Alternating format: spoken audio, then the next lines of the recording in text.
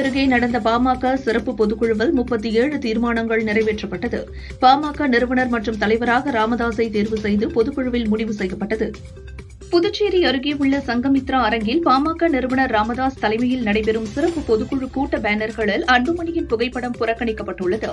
நெடுஞ்சாலையில் வைக்கப்பட்டுள்ள வரவேற்பு பேனர்களிலும் அன்புமணி புகைப்படம் புறக்கணிக்கப்பட்டுள்ளது. புதுச்சேரியில் ராமதாஸ் தலைமையில் நடந்த பொதுக்குழு செல்லாது, அதன் முடிவுகள் பாமகவை கட்டுப்படுத்தாது என வழக்கறிஞர் பாலு அறிவித்துள்ளார். கவின் ஆணவ படுகொலை வழக்கில் சிபிசிஐடி விசாரணை மூலம் தீர்வு கிடைக்குமா என தெரியவில்லை.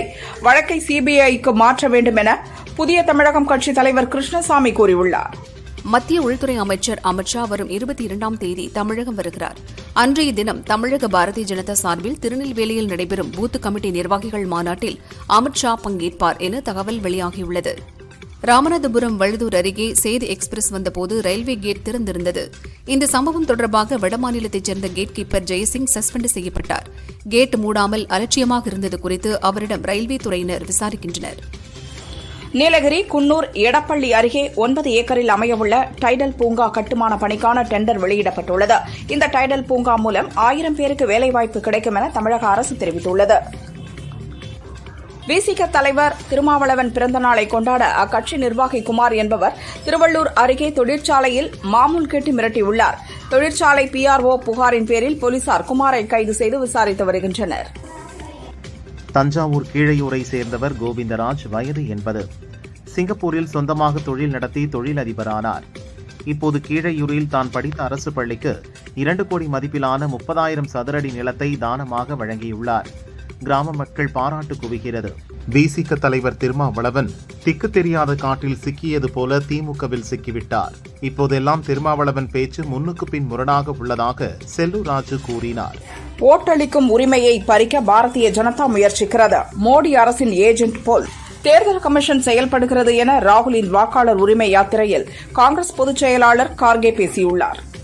டெல்லியில் இன்று நடைபெற்ற நிகழ்ச்சியில் சுமார் ரூபாய் 11,000 கோடி மதிப்பிலான 2 பெரிய தேசிய நெடுஞ்சாலை திட்டங்களை பிரதமர் மோடி துவக்கி வைத்தார். இந்த நிகழ்ச்சியில் மத்திய அமைச்சர் நிதின் கட்காரி, டெல்லி முதல்வர் ரேகா குப்தா, ஹரியானா முதல்வர் நயாப் சிங் சைனி கலந்து கொண்டனர்.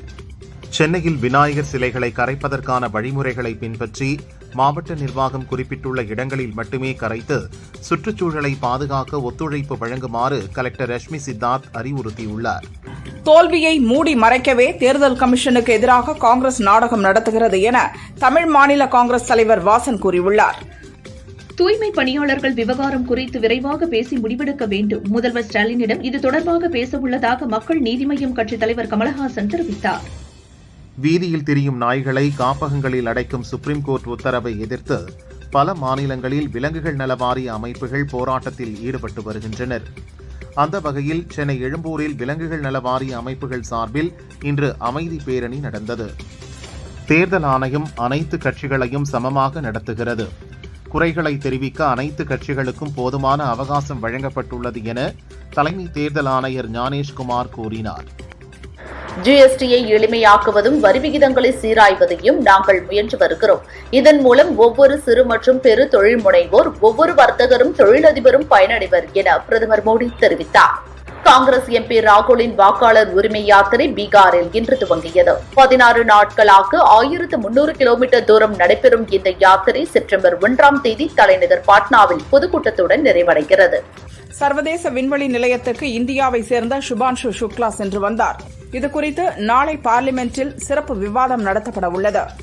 ஒடிசா முன்னாள் முதல்வர் நவீன் பட்நாயக் உடல்நலக் குறைவால் புவனேஸ்வர் ஹாஸ்பிட்டலில் அட்மிட் செய்யப்பட்டுள்ளார். அவருக்கு டாக்டர்கள் தீவிர சிகிச்சை அளித்து வருகின்றனர். ஆந்திராவின் தர்மரம் பகுதியில் உள்ள ஹோட்டலில் சமையல்காரராக பணிபுரிந்து வந்த பயங்கரவாதி நூர் என்பவரை என்ஐஏ அதிகாரிகள் கைது செய்தனர். ரஷ்யாவின் ரியாசன் பகுதியில் உள்ள வெடிமருந்து ஆலையில் ஏற்பட்ட தீ விபத்தில் 11 பேர் பலியாகினர். 130 பேர் காயமடைந்தனர். விபத்து குறித்து விசாரிக்கப்படுகிறது. காசாவில் கடந்த மே மாத இறுதியிலிருந்து உணவு மற்றும் உதவிப் பொருட்களுக்காக காத்திருந்த 1760 பாலஸ்தீனியர்கள் கொல்லப்பட்டுள்ளதாக ஐக்கிய நாடுகள் சபையின் மனித உரிமைகள் ஆணையம் தெரிவித்துள்ளது. நான் அதிபராக இருக்கும் வரை தைவான் மீது சீனா போர் தொடுக்காது என நம்புவதாக அமெரிக்க அதிபர் டிரம்ப் தெரிவித்துள்ளார். சீனா இந்த விவகாரத்தில் மிகவும் பொறுமையாக இருப்பதாகவும் அவர் கூறியுள்ளார். சீன வெளியுறவு அமைச்சர் வாங் யி நாளை இந்தியா வருகிறார். ரஷ்யாவிடம் எண்ணெய் வாங்குவதற்காக அமெரிக்கா வரி விதித்து வரும் சூழலில் அவரது பயணம் முக்கியத்துவம் வாய்ந்ததாக பார்க்கப்படுகிறது. 3 நாள் விடுமுறை முடிந்து பெரும்பாலான மக்கள் சென்னை திரும்புவதால் உளுந்தூர்பேட்டை டோல்கேட்டில் 2 கிலோமீட்டர் தூரத்திற்கு வாகனங்கள் அணிவகுத்து டிராபிக் ஜாம் ஏற்பட்டது. கைத்தறி நெசவாளர்களுக்கு கொடுப்பதைப் போல அதிமுக ஆட்சிக்கு வந்ததும் கோரைப்பாய் நெசவு செய்பவர்களுக்கும் குறிப்பிட்ட அளவு இலவச மின்சாரம் வழங்கப்படும் என பழனிசாமி தெரிவித்துள்ளார். திராவிட மாடல் இந்தியாவின் திசை காட்டி அவதூறுகளை அள்ளி இறைக்கும் சிலருக்கு தமிழ்நாட்டின் மீதும் அக்கறை இல்லை, நாட்டின் மீதும் உண்மையான பற்று இல்லை என முதல்வர் ஸ்டாலின் கூறியுள்ளார். வாக்கு திருட்டு குற்றங்கள் அரசியலமைப்புக்கு அவமதிப்பை ஏற்படுத்துகின்றன. சிலர் பொய்களையும் மக்களிடையே அச்சத்தையும் விதைக்க முயற்சிப்பதாக தலைமை தேர்தல் ஆணையர் ஞானேஷ்குமார் கூறினார். எங்களுடைய நேர்மையை யாரும் கேள்வி எழுப்ப முடியாது என்றார். கவின் ஆணவ கொலையை கண்டித்து புதிய தமிழகம் கட்சி சார்பில் திருச்சி கலெக்டர் அலுவலகம் முன் ஆர்ப்பாட்டம் நடந்தது. இதில் அக்கட்சியின் தலைவர் கிருஷ்ணசாமி கலந்து கொண்டு ஆணவ கொலைக்கு எதிராக கண்டன முழக்கங்கள் எழுப்பினார். பெரியசாமி வீட்டு வசதித்துறை அமைச்சராக இருந்தபோது ஊழல் செய்து பல கோடிகளை சொத்து சேர்த்தது சம்பந்தமாக இந்த அமலாக்கத்துறை ரெய்ட் நடக்கிறது. இதற்கும் அரசியல் காழ்ப்புணர்ச்சிக்கும் சம்பந்தம் இல்லை என முன்னாள் அமைச்சர் திண்டுக்கல் சீனிவாசன் கூறியுள்ளார். எந்த கூட்டணிக்கு சென்றால் வெற்றி கிடைக்கும் என பாமகவினர் காத்திருக்கின்றனர். அவர்கள் எதிர்பார்க்கும் நல்ல கூட்டணி அமையும் என்கிறார் நிறுவனர் ராமதாஸ். பன்னீர்செல்வம் தேசிய ஜனநாயக கூட்டணியில் மீண்டும் இணைவது குறித்து அவர்தான் முடிவு செய்ய வேண்டுமென ஜான் பாண்டியன் கூறினார். விஜய் அரசியலுக்கு புதியவர், அவரின் செயல்பாட்டை பொறுத்து மக்களிடம் வரவேற்பு இருக்கும் என்றும் தெரிவித்தார். பட்டியலின மக்கள் நலனில் திருமாவளவனுக்கு சிறிதும் அக்கறை இல்லை. என்னை பொறுத்தவரை திருமாவளவன் பட்டியலின மக்களுக்கு மிகப்பெரிய துரோகத்தை இழைத்துக் கொண்டு இருக்கிறார் என மத்திய அமைச்சர் எல் முருகன் தெரிவித்தார். பாமக சிறப்பு பொதுக்குழு கூட்டம் ராமதாஸ் தலைமையில் நடந்தது. இதில் கட்சியினர் அனைவருக்கும் உடனடியாக புதிய உறுப்பினர் அட்டை வழங்க தீர்மானம் நிறைவேற்றப்பட்டுள்ளது. விடுதலை சிறுத்தைகள் கட்சித் தலைவர் திருமாவளவனுக்கு முதல்வர் ஸ்டாலின் பிறந்தநாள் வாழ்த்து தெரிவித்துள்ளார். ஆழ்ந்த அறிவும் தெளிவான சிந்தனையும் கொண்டவர் திருமாவளவன் என முதல்வர் பாராட்டியுள்ளார். கவர்னர் கம்பு சுத்த வேண்டியது தமிழகத்தில் அல்ல, பாஜக ஆளுகின்ற மாநிலத்தில்தான் தமிழக கவர்னர் கம்பு சுத்த வேண்டும் என முதல்வர் ஸ்டாலின் விமர்சித்தார். தமிழகம் அமைதியான மாநிலமாக இருக்கும் காரணத்தினால்தான் கடந்த 4 ஆண்டுகளில் 10 லட்சம் கோடி ரூபாய் மதிப்பிலான முதலீடுகளை ஈர்த்துள்ளதாக முதல்வர் ஸ்டாலின் கூறினார். வேளாண் கூட்டுறவு சங்கங்கள் மூலம் பயிர்க்கடன் வழங்கும் திட்டத்தை முதல்வர் ஸ்டாலின் தொடங்கி வைத்தார். விவசாயிகள் இணைய வழியில் விண்ணப்பித்த அன்றே பயிர்க்கடன் வழங்கப்படும் என அதிகாரிகள் தெரிவித்தனர். தருமபுரியில் நடந்த அரசு விழாவில் முதல்வர் ஸ்டாலின் ரூபாய் 512.52 கோடி மதிப்பிலான 1044 புதிய திட்டங்களுக்கு அடிக்கல் நாட்டினார். 362.77 கோடி மதிப்பில் 1073 முடிவுற்ற திட்டங்களையும் தொடங்கி வைத்தார். ரெய்டு மூலம் நம்மை மிரட்ட நினைத்தவர்கள் தற்போது மிரண்டு போயிருக்கின்றனர். ஜனநாயகத்திற்கு எதிரானவர்கள் நமது கூட்டணியை பிளவுபடுத்த பார்க்கிறார்கள் என முதல்வர் ஸ்டாலின் தெரிவித்தார். விண்வெளி பயணத்திற்கு பிறகு விண்வெளி வீரர் சுபான்ஷு சுக்லா அமெரிக்காவிலிருந்து இன்று இந்தியாவுக்கு திரும்பினார். மத்திய அறிவியல் மற்றும் தொழில்நுட்ப அமைச்சர் ஜிதேந்திர சிங், டெல்லி முதல்வர் ரேகா குப்தா, இஸ்ரோ தலைவர் நாராயணன் மற்றும் குடும்பத்தார் உள்ளிட்டோர் வரவேற்றனர். டெல்லியில் மத்திய விண்வெளித்துறை அமைச்சர் ஜிதேந்திர சிங் சுபான்ஷு சுக்லாவை வரவேற்றார்.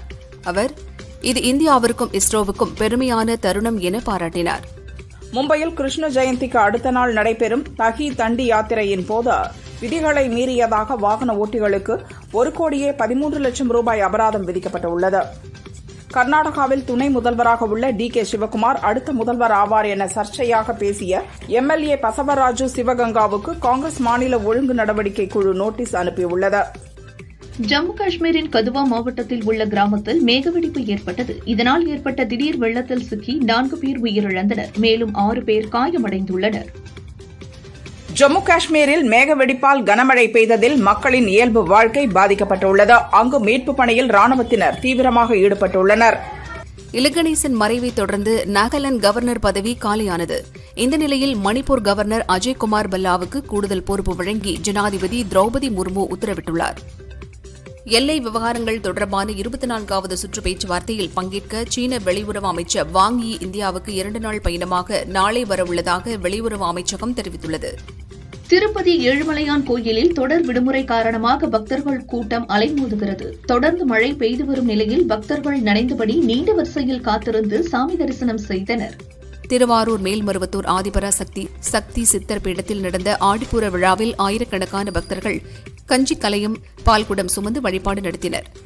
தஞ்சாவூர் மாவட்டம் ஐயம்பேட்டை அருகே மானாங்கோரை கிராமத்தில் அமைந்துள்ள காமாட்சியம்மன் மாரியம்மன் ஆலய பால்குட திருவிழா விமர்சையாக நடந்தது. திரளான பக்தர்கள் கலந்து கொண்டு பால்குடம் எடுத்து நேர்த்திக்கடன் செலுத்தினர். தஞ்சாவூர் மேலவீதி தேரடி பகுதியில் கிருஷ்ண ஜெயந்தியை ஒட்டி யாதவ கண்ணனுக்கு சிறப்பு பூஜைகள் நடந்தது. உரியடி வழுக்குமரம் ஏறுதல் நிகழ்ச்சியில் வாலிபர்கள் ஆர்வத்துடன் கலந்து கொண்டனர். மேற்கு திசை காற்றின் வேக மாறுபாடு காரணமாக தமிழகத்தில் மழை இருக்கும் என வானிலை மையம் எச்சரித்திருந்தது. சென்னையில் பலத்த காற்றுடன் எழும்பூர், புரசைவாக்கம், அரும்பாக்கம், கிண்டி, சைதாப்பேட்டை, ஈக்காட்டு தாங்கல் உட்பட பல பகுதிகளில் மழை பெய்தது. மேட்டூர் அணையிலிருந்து டெல்டா பாசனத்திற்காக திறக்கப்படும் நீரின் அளவு 18,000 கன அடியில் இருந்து 22,000 கன அடியாக அதிகரித்துள்ளது. கரையோரம் வசிக்கும் மக்கள் பாதுகாப்பாக இருக்க அறிவுறுத்தப்பட்டுள்ளது. சிம் கார்டு இல்லாமல் தொலைத்தொடர்பு சேவை பெறும் இ-சிம் சேவையை முதல் முறையாக தமிழகத்தில் பிஎஸ்என்எல் நிர்வாகம் தொடங்கியுள்ளது. படிப்படியாக நாட்டின் பிற பகுதிகளுக்கும் விரிவுபடுத்தப்படும் என பிஎஸ்என்எல் கூறியுள்ளது. விழுப்புரம் புறவழிச்சாலையில் சென்னை நோக்கி சென்று கொண்டிருந்த 3 கார்கள் முன்னே சென்ற லாரியின் மீது அடுத்தடுத்து மோதியது. இதில் ஒரு கார் தீப்பிடித்ததில் உள்ளே இருந்த 4 பேர் அதிர்ஷ்டவசமாக உயிர் தப்பினர். மற்ற காரில் இருந்தவர்களும் லேசான காயத்துடன் தப்பினர். தஞ்சாவூர் கபிஸ்தலம் அருகே கொள்ளிடம் ஆற்றில் குளிக்கச் சென்ற 3 பள்ளி மாணவிகளில் கனிஷ்மா என்ற 9ஆம் வகுப்பு மாணவி நீரில் அடித்துச் செல்லப்பட்ட நிலையில் 2 உயிருடன் மீட்கப்பட்டனர். கோவை அருகே கிணத்துக்கடவு அரசு ஹாஸ்பிட்டலில் சுகாதார அமைச்சர் மா சுப்பிரமணியன் ஆய்வு செய்தார். எத்தனை டாக்டர்கள் மற்றும் நர்சுகள் பணியில் உள்ளனர் என்பதை அவர் கேட்டறிந்தார். மாமல்லபுரம் கடற்கரை கோயில் அருகே 6 மீட்டர் ஆழத்தில் பழங்காலத்து கோயில் வெட்டுக்கல் சுவர்கள் இருப்பதை தொல்லியல் துறை கண்டுபிடித்துள்ளது. திருமாவளவனின் தந்தை ராமசாமிக்கு 2 மனைவிகள். 2வது மனைவி செல்லம்மாள். இவர் திருமாவளவனின் சித்தி. செல்லம்மாள் இன்று உடல்நலக் குறைவால் மரணமடைந்தார். அரியலூர் அங்கனூர் கிராமத்தில் வைக்கப்பட்டுள்ள அவரது உடலுக்கு அமைச்சர்கள் ஏவ வேலு, கே நேரு, MRK பன்னீர்செல்வம், கணேசன் உள்ளிட்டோர் அஞ்சலி செலுத்தினர். தென்மேற்கு பருவமழையால் 132 அடி உயரம் கொண்ட அடவிநயினார் அணை ஒரே ஆண்டில் 3வது முறையாக நிரம்பியுள்ளது. அணைக்கு வினாடிக்கு வரும் 70 கன அடி நீர் அனுமன் நதியில் வெளியேற்றப்படுகிறது. கரையோர மக்களுக்கு எச்சரிக்கை விடுக்கப்பட்டுள்ளது. திருப்பத்தூர், ஜோலார்பேட்டை, வாணியம்பாடி, கந்திலி சுற்றுவட்டார பகுதிகளில் சூறைக்காற்றுடன் கூடிய கனமழை பெய்தது. இதனால் அப்பகுதி விவசாயிகள் மகிழ்ச்சி அடைந்தனர். கொடைக்கானலில் சாரல், மழை, மேகமூட்டம், பனிமூட்டம் என மாறுபட்ட சீதோஷ்ண நிலை உள்ளது. இன்று ஏற்பட்ட திடீர் பனிமூட்டத்தால் பகலில் வாகன ஓட்டிகள் முகப்பு விளக்கை எரிய விட்டபடி மெதுவாக சென்றனர். வார விடுமுறை நாளான இன்று ஊட்டியில் சுற்றுலா பயணிகள் குவிந்தனர். அரசு தாவரவியல் பூங்கா, ரோஜா பூங்கா, தொட்டபெட்டா மலைசிகரம் உள்ளிட்ட சுற்றுலா தலங்களை கண்டு ரசித்தனர். சாரல் மழையில் நனைந்தபடி படகு சவாரி செய்து மகிழ்ந்தனர். சேலம் மாவட்டம் ஆத்தூரில் போதைப்பொருள் ஒழிப்பு விழிப்புணர்வு மாரத்தான் போட்டி நடந்தது. இதை திமுக மற்றும் அதிமுக நிர்வாகிகள் இணைந்து துவக்கி வைத்தனர். இதில் கலந்து கொண்டவர்கள் போதைப் பொருட்களுக்கு எதிராக உறுதிமொழி எடுத்துக் கொண்டனர்.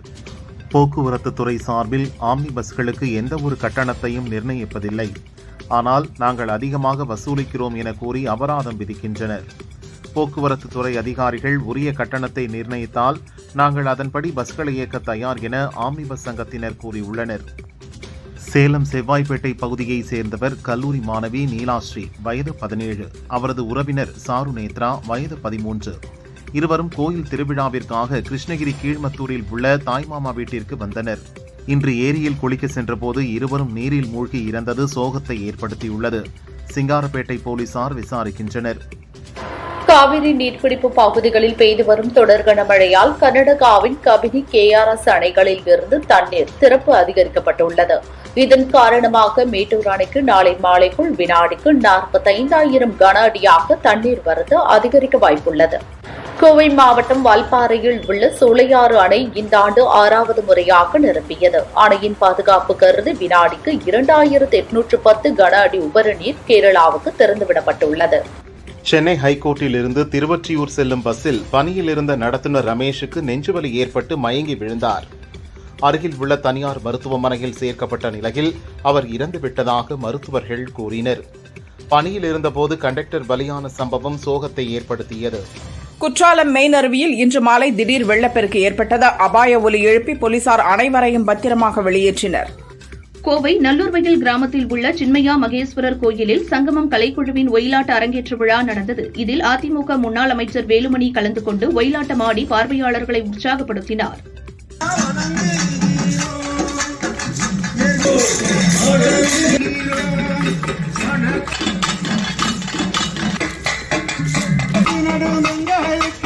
தஞ்சாவூர் மாவட்டம் ஒரத்தநாடு அருகே கீழையூர் கிராமத்தில் தான் படித்த அரசு பள்ளிக்கு ரூபாய் 2 கோடி மதிப்பிலான 30,000 சதுர அடி இடத்தை பொன் கோவிந்தராஜ் என்பவர் வழங்கியது அப்பகுதி மக்களிடையே நிகழ்ச்சியை ஏற்படுத்தியது. ஈரோடு மாவட்டம் சத்தியமங்கலம் அருகே காவிலிப்பாளையத்தில் உள்ள குளத்தில் மாநில அளவிலான படகுப் போட்டி நடந்தது. இதில் தமிழகத்தின் பல்வேறு பகுதிகளைச் சேர்ந்த வீரர் வீராங்கனைகள் கலந்து கொண்டனர். வெற்றி பெற்றவர்களுக்கு பரிசுகள் வழங்கப்பட்டன. கொடைக்கானல் பேரிஜம் வனப்பகுதியில் அரிய வகை உயிரினமான நீலகிரி மாற்றன் தென்பட்டது. நீலகிரி மற்றும் கொடைக்கானல் மேற்கு தொடர்ச்சி மலைகளில் மட்டும் காணப்படும் இந்த உயிரினம் அழியாமல் காக்க நடவடிக்கை எடுக்க வேண்டும் என விலங்கு ஆர்வலர்கள் வலியுறுத்தியுள்ளனர். ராணிப்பேட்டை மாவட்டம் ஷோழிங்கரில் 108 திவ்ய தேசங்களில் ஒன்றான யோக நரசிம்மர் கோயிலில் பராமரிப்பு பணியின் காரணமாக வரும் 25 மற்றும் 26ஆம் தேதிகளில் ரோப்கார் சேவை ரத்து செய்யப்பட்டுள்ளது. மேற்கு தொடர்ச்சி மலைப்பகுதியில் தொடர் கனமழை காரணமாக கோவை குற்றாலத்தில் வெள்ளப்பெருக்கு ஏற்பட்டது. மழையின் காரணமாக சூழல் சுற்றுலா தளம் மூடப்படுவதாக வனத்துறை அறிவித்துள்ளது. மத்திய மேற்கு மற்றும் அதனை ஒட்டிய வடமேற்கு வங்கக்கடலில் காற்றழுத்த தாழ்வு பகுதி உருவாகியுள்ளது. இது அடுத்த 24 மணி நேரத்தில் காற்றழுத்த தாழ்வு மண்டலமாக மாறும் என்றும் வரும் 19ஆம் தேதி அதிகாலை தெற்கு ஒடிசா வடக்கு ஆந்திரா கடற்கரையோரம் கரையை கடக்கும் என்றும் தெரிவிக்கப்பட்டுள்ளது. தீபாவளி பண்டிகை தொடர் விடுமுறைக்கான ரயில் டிக்கெட் முன்பதிவு துவங்கியது. மதுரை, திருநெல்வேலி, தென்காசி ஆகிய இடங்களுக்கு புறப்படும் ரயில்களுக்கு 10 நிமிடங்களிலேயே முன்பதிவு முடிந்தது. வேலூர் பேர்ணாம்பட்டு அருகே வனவிலங்குகளை வேட்டையாட மாட்டுக்கொட்டகையில் பதுக்கி வைத்திருந்த 2 நாட்டு துப்பாக்கிகளை பறிமுதல் செய்த மணி என்பவரை போலீசார் கைது செய்தனர். சென்னை திருவான்மியூர் பேருந்து நிலையம் அருகே கஞ்சா விற்பனையில் ஈடுபட்ட 2 பேரை போலீசார் கைது செய்தனர். அவர்களிடம் இருந்து 3 கிலோ கஞ்சா பறிமுதல் செய்யப்பட்டது. பாகிஸ்தான் அதிபரும் பிரதமரும் மாற்றப்பட போவதாக வெளியாகும் செய்திகளில் உண்மை இல்லை என கூறியுள்ள அந்நாட்டின் ராணுவ தளபதி அசிம் முனீர் தான் பதவிகளை விரும்பவில்லை என்றும் தெரிவித்துள்ளார். இந்தோனேசியாவின் சுலவேசியில் இன்று சக்தி வாய்ந்த நிலநடுக்கம் ஏற்பட்டது. ரிக்டர் அளவுகோலில் 6.1 பதிவானது. வீடுகள், கட்டடங்கள் குலுங்கி மக்கள் தெருக்களில் தஞ்சமடைந்தனர். பாகிஸ்தானின் கைபர் பங்க்துவா மாகாணத்தில் ஏற்பட்ட திடீர் வெள்ளம் மற்றும் நிலச்சரிவில் சிக்கி இறந்தவர்களின் எண்ணிக்கை 300-ஐ தாண்டியுள்ளது. உக்ரைன் ரஷ்யா இடையிலான போரை நிறுத்த வலியுறுத்தி அமெரிக்க முதல் பெண்மணியும் டிரம்பின் மனைவியுமான மெலனியா டிரம்ப் ரஷ்ய அதிபர் விளாடிமிர் புதினுக்கு கடிதம் ஒன்றை எழுதியுள்ளார். குவைத்தில் சட்டவிரோத மது விற்பனை செய்த இந்திய, வங்கதேச மற்றும் நேபாள நாட்டினர் உட்பட 67 பேரை போலீசார் கைது செய்தனர். 6 தொழிற்சாலைகளுக்கு சீல் வைக்கப்பட்டது. மியான்மரின் மொகோக் நகரில் ராணுவம் நடத்திய வான்வழி தாக்குதலில் ஒரு கர்ப்பிணி பெண் உட்பட 21 பேர் கொல்லப்பட்டனர். மேலும் பலர் படுகாயமடைந்தனர். அவர்கள் மீட்கப்பட்டு மருத்துவமனையில் அனுமதிக்கப்பட்டனர். ஆஸ்திரேலியாவில் நடந்த 3வது T20 போட்டியில் ஆஸ்திரேலிய அணி 2 விக்கெட் வித்தியாசத்தில் தென்னாப்பிரிக்காவை வென்று 2-1 என தொடரை கைப்பற்றியது. இப்போட்டியில் அதிவேக அரை சதம் அடித்த வீரர் என சாதனை படைத்தார் தென்னாப்பிரிக்காவின் பிரவிஸ். டெவால்ட் பிரீவிஸ் CSK அணியில் சேர்க்கப்பட்டது குறித்து அஸ்வின் விளக்கம் அளித்தார். IPL விதிமுறைகளை எந்த வகையிலும் CSK மீறவில்லை. அடுத்த சீசனுக்கு ஆவலுடன் காத்திருக்கிறேன். மஞ்ச சொக்காவை போட்டுக்கொண்டு பாகுபலி மீண்டும் இறங்குவார் என கூறியுள்ளார். ரேசிங் புரமோஷன்ஸ் நிறுவனத்தால் இந்தியன் ரேசிங் லீக் மற்றும் ஃபார்முலா 4 இந்தியன் சாம்பியன்ஷிப் கார் பந்தயம் கோவை கரை மோட்டார் ஸ்பீட்வே மைதானத்தில் நடைபெற்றது. இதில் நடிகர் நாக சைத்தன்யா பார்வையாளராக கலந்து கொண்டார். ஆஸ்திரேலியாவில் நடக்கும் பெகா ஓபன் சர்வதேச ஸ்குவாஷ் தொடரின் அரையிறுதியில் இந்தியாவின் இளம் வீராங்கனை அனாஹத் விளையாடினார். அவர் 3-2 என்ற செட் கணக்கில் எகிப்து வீராங்கனையை வென்று ஃபைனலுக்கு தகுதி பெற்றார். பொள்ளாச்சியில் தேசிய அளவிலான கராத்தே மற்றும் சிலம்ப போட்டிகள் நடந்தன. இதில் பல்வேறு மாநிலங்களைச் சேர்ந்த வீரர் வீராங்கனைகள் பங்கேற்றனர். வெற்றி பெற்றவர்கள் சர்வதேச போட்டிகளுக்கு தகுதி பெற்றனர். குட் பேட் அக்லி படத்தை தொடர்ந்து மீண்டும் அஜித், ஆதிக் ரவிச்சந்திரன் கூட்டணி இணைகிறது. அஜித்தின் 64வது படம் பற்றி ஆதி கூறுகையில், குட் பேட் அக்லி முழுக்க அஜித் ரசிகர்களை கருத்தில் கொண்டு எடுக்கப்பட்டது. ஆனால் அடுத்த படம் அதிலிருந்து மாறுபட்டதாக, வித்தியாசமாக இருக்கும். புதிய கோணத்தில் அஜித்தை காண்பிக்கப் போகிறேன். அஜித் ரசிகர்கள் எதிர்பார்க்கும் அனைத்து விஷயங்களும் இதில் இருக்கும் என்றார். நடிகை ராஷ்மிகாவும் நடிகர் விஜய் தேவரகுண்டாவும் காதலித்து வருவதாக பல மாதங்களாக கிசுகிசுக்கள் பரவி வருகின்றன. இருவரும் அதனை மறுக்கவும் இல்லை. 2018இல் இருவரும் இணைந்து நடித்து வெளியான கீதா கோவிந்தம் படத்தின் மூலம்தான் இருவருக்கும் காதல் உருவானது. இப்படம் வெளியாகி 7 ஆண்டுகளானதையொட்டி ராஷ்மிகா, கீதா கோவிந்தம் எப்போதுமே எனக்கு சிறந்த படம், 7 ஆண்டுகளாகியும் இந்த போட்டோக்களை வைத்திருப்பதை நம்ப முடியவில்லை. படம் உருவாக காரணமான அனைவரையும் நினைத்து பார்க்கிறேன் என பதிவிட்டுள்ளார். மலையாளத்தில் ஜீத்து ஜோசப் இயக்கத்தில் மோகன்லால், மீனா நடித்த திரிஷியம் 1, 2 படங்கள் ரசிகர்களிடம் வரவேற்பை பெற்றன. இதன் 3ஆம் பாகம் உருவாவதாக சமீபத்தில் அறிவித்தனர். இதனால் எதிர்பார்ப்பு அதிகரித்த நிலையில் செப்டம்பர் 18 திரிஷியம் 3 படத்தின் படப்பிடிப்பை துவங்க திட்டமிட்டுள்ளனராம். சுதா கோங்கரா இயக்கத்தில் சிவகார்த்திகேயன், ரவிமோகன், அதர்வா, ஸ்ரீலீலா இணைந்து நடித்து வரும் படம் பராசக்தி. 1965 காலகட்டத்தில் ஹிந்தி திணிப்பு போராட்டம் குறித்து உருவாகி வரும் இப்படத்தில் நடிகர் அப்பாஸ் 11 ஆண்டுகளுக்கு பிறகு முக்கிய கதாபாத்திரத்தில் நடிக்க ஒப்பந்தமாகியுள்ளார். ஏற்கனவே ஜிவி பிரகாஷ் நடிக்கும் படத்திலும் கமிட் ஆகியுள்ளார். பவன் கல்யாண் நாயகனாக நடிக்கும் ஓஜி படத்தை சுஜித் இயக்கியுள்ளார். செப்டம்பர் 25 ரிலீஸ் ஆக உள்ள இப்படத்தில் பிரியங்கா மோகன் நாயகியாகவும், அர்ஜுன் தாஸ், ஸ்ரேயா ரெட்டி உள்ளிட்டோர் முக்கிய கதாபாத்திரத்திலும் நடிக்கின்றனர். தமன் இசையமைக்கிறார். இப்படத்தில் பிரியங்கா மோகன் கண்மணி எனும் கதாபாத்திரத்தில் நடிப்பதாக அவரது ஃபர்ஸ்ட் லுக் போஸ்டரை வெளியிட்டு படக்குழு அறிவித்துள்ளது. நடிகர் விஜயை வைத்து துப்பாக்கி படத்தை இயக்கிய AR முருகதாஸ் தான் எடுத்த படங்களிலேயே 2ஆம் பாகம் எடுப்பதற்கான சிறந்த படம் துப்பாக்கிதான் என கூறியுள்ளார். 2ஆம் பாகம் எடுக்கும் ஐடியாவில் தான் சில காட்சிகள் வசனத்தை அப்படத்தில் வைத்திருந்ததாகவும் கூறியுள்ளார்.